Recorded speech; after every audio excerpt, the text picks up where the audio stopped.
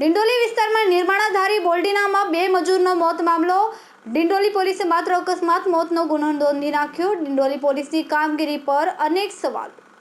સુરતના ડિંડોલી વિસ્તારમાં એક હચમચાવતી ઘટના સામે આવી છે. નવનિર્મિત બિલ્ડિંગના 14મા માળે સ્લેબ ભરવાની કામગીરી સમયે ટેકો નીકળી જતા સંતુલન ગુમાવતા 2 મજૂર નીચે પટકાયા હતા, જેથી તેમનું ઘટના સ્થળે જ મોત નીપજ્યું હતું. હાલ તો બંનેના મૃતદેહને પોસ્ટમોર્ટમ અર્થે સિમર હોસ્પિટલ ખસેડી ડિંડોલી પોલીસે વધુ તપાસ હાથ ધરી છે. મળતી માહિતી પ્રમાણે ડિંડોલી વિસ્તારમાં માધવ ક્રેશ નામની બિલ્ડિંગનું નિર્માણ કરવામાં આવી રહ્યું છે, જ્યાં મૂળ મધ્યપ્રદેશના જંબાવાના વતની 30 વર્ષીય દુધો હરજી હંગારિયા પરિવાર સાથે રહેતો હતો. નવનિર્મિત બિલ્ડિંગ પર કામ કરી પરિવારનું ગુજરાન ચલાવે છે. આ જ બિલ્ડિંગ પર મધ્યપ્રદેશનો 15 વર્ષીય ધર્મેશ મારી પણ રહેતો હતો અને મજૂરી કામ કરીને પરિવારને આર્થિક રીતે મદદ થતો હતો.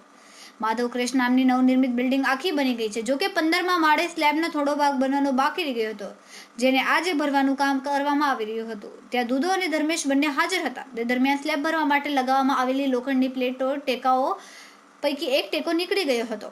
સ્લેબનો ટેકો નીકળી જવાના કારણે દુધો અને ધર્મેશ બંનેએ પોતાનું સંતુલન ગુમાવી દીધું હતું. ત્યારબાદ બંને સીધા 14મા માળેથી નીચે પટકાયા હતા, જેથી સાથે કામદારો દોડી આવ્યા હતા અને ત્યારબાદ તેમને સિમર હોસ્પિટલ ખસેડવામાં આવ્યા હતા. ફરજ પરના તબીબે તેમને મૃત જાહેર કર્યા હતા. કેમેરામેન સેનિલ ઝીરાણી સાથે વિશાલ છેટા, માનવ પ્રભા ન્યૂઝ, સુરત. મારું નામ હિતેશ શંકરભાઈ મુંડવાડા, જય આદિવાસી ભીલ સમાજ સુરત શહેર પ્રમુખ. આજે બપોરના 2 વાગ્યા પછી માધવ ક્રેશ બિલ્ડિંગ ડિંડોલી વિસ્તારમાં આવેલી છે. ત્યાં 14મા માળે જે સ્લેબનું ભરાઈનું કામ ચાલતું હતું, ત્યારે સ્લેબ અચાનક ધરાશાયી થતાં ઉપર જે 6 થી 7 લેબરો કામ કરતા હતા, એમાં નાબાલિગ લેબરોને પણ આ કોન્ટ્રાક્ટર ને બિલ્ડર અને તેના મકરદમ ઠેકેદાર છે એમને ચડાવ્યા હતા કામ કરવા માટે. જે સ્લેબ ધરાશાયી થયો છે એમાં 2 મજૂરોનું ડેથ થયું છે.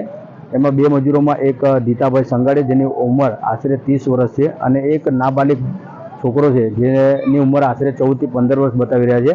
અને સાથે કામ કરનારા જે મજૂર છે એમને પણ અમે પૂછ્યું હતું. હમણાં સિનિયર હોસ્પિટલ ખાતે પરિવાર સાથે મુલાકાત કરી હતી, ત્યારે એક બાળક છે તેની પણ ઉંમર 14 થી 15 વર્ષ બતાવી રહ્યા છે. આ સુરતમાં જે માધવ ક્રેશ નામની જે સાઇડ ચાલતી હતી 14 માળની, એના ઉપર આ ખૂબ ઘટિત ઘટના ઘટી છે.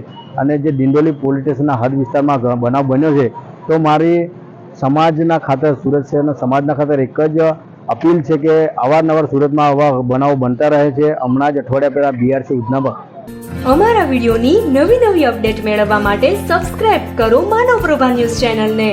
બેલ આઇકન ક્લિક કરો લેટેસ્ટ વિડીયો સૌથી પહેલા મેળવવા માટે.